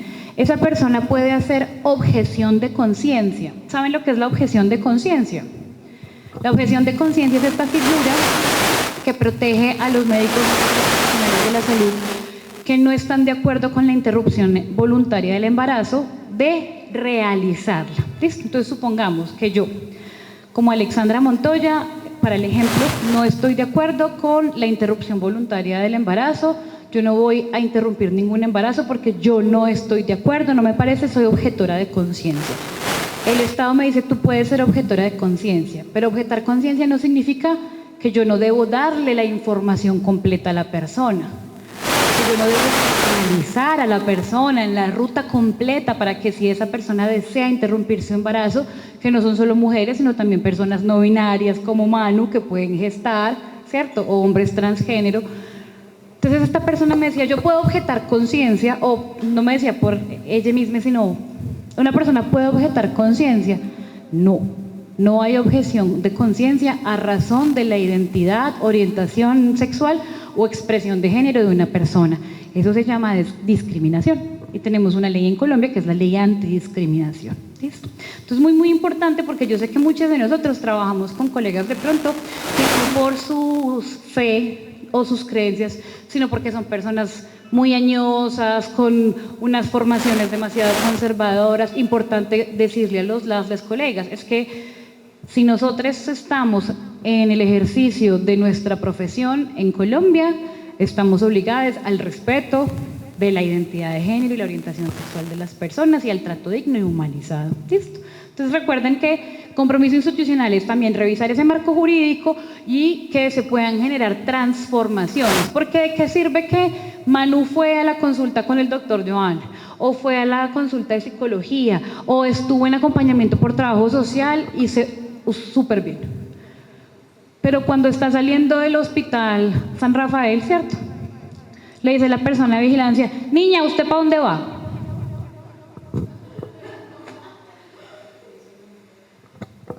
No estamos haciendo nada, ¿cierto? Entonces también esto es un asunto de un cambio sistemático, estructural y la formación continua. Colegas, esto que estamos haciendo, yo les voy a dejar con les compas la presentación y pueden usarla con sus colegas, pueden escribirme al correo electrónico si quieren materiales. Es decir, la idea es que esto empecemos a generar, que sean más y más y más las personas que sepan. ¿Listo? Porque esto no está terminado de escribir. Yo les contaba que hasta los 90 no fue sino que por norma incluyeron mujeres en los estudios clínicos. Hace nada, en términos de lo que es la historia de la salud, hace nada que nos estamos pensando que la salud no es solamente heterosexual, que la salud no es solamente cisgénero. Entonces, estarnos formando continuamente. Y ya para terminar, entonces, tanto pereque y tanta cosa, ¿qué pasa con el rol de les profesionales en salud mental, psiquiatría y psicología en el proceso de afirmación del género? ¿Sí o no? La respuesta grande es sí. ¿Listo? ¿Pero para qué? No es que el psiquiatra, la psiquiatra, la psicóloga tengan un transómetro. Sí, usted sí es trans, ¿cierto? No, eso no existe. La idea de estos profesionales es, o sea, no son control de acceso. Y en Colombia tenemos la sentencia T218-2022 de la Corte Constitucional que dice que no se puede poner como requisito obligatorio a una persona trans que quiera acceder a servicios de salud para afirmar su género la consulta de psiquiatría. Pero ya conversamos que Colombia, que Antioquia son entornos difíciles, donde hay violencias, donde puede haber vulnerabilidad, pues se pueden vulnerar los derechos de las personas, pueden haber comorbilidades, claro. Si es que la persona sufre de acoso escolar o si es que la persona sufre de violencia de pareja, porque las personas LGBTIQ+ también sufren de violencia de pareja. Entonces, ese profesional o esa profesional de salud mental, ¿cómo va a acompañar allí? Hay algunos diagnósticos diferenciales, por ejemplo, manías en personas que tienen trastorno afectivo bipolar o personas que tienen una depresión muy profunda, que están en una fase maníaca por la depresión, o personas que alucinan que tienen alucinaciones visuales, pudiesen tener en algunos escenarios la necesidad de identificar y decir, venga, ¿será que esta persona sí tiene el deseo genuino, digamos, de transitar, o es un asunto de la patología de base? Eso puede pasar, pero es menos del 2%. ¿Listo? Menos del 2%. Entonces, claro, psiquiatría nos va a ayudar con eso, pero también la parte de salud mental nos va a ayudar, ¿qué? Con el autoestima. Claro, es que entonces me ha pasado con muchas pacientes, muchos y muchas, sobre todo mujeres, que ya conociéndonos en el proceso, el afán de los senos no es de ellas, el afán de los senos es del novio, para poder salir y mostrarla a la calle. ¿Cierto? Estrategias de adaptación, lo que hablábamos ahorita, a las personas trans también se les muere el perrito, también pierden trabajos, también les toca mudarse de ciudad, también. Entonces, el acompañamiento en salud mental no es la puerta de acceso, no es que a mí me tengan que comprobar que yo no estoy loca, no, sino que reconocemos que hay unos retos y el objetivo es que el equipo de salud mental esté allí para ofrecerme a mí opciones, ¿cierto? Para poder afrontar esos retos, que muchos de ellos van a estar dentro de el propio proceso de afirmación del género, que ya dijimos que no era solo hormonas o no era solo cirugías, sino que es social, que tiene que ver también desde la parte psicológica y emocional. A ver, ¿yo qué necesito? ¿Listo? Televidentes, espero que hayan adquirido nuevos conocimientos en este taller de salud integral. Eso ha sido todo en nuestra emisión de Especiales AUPAN. Hasta pronto.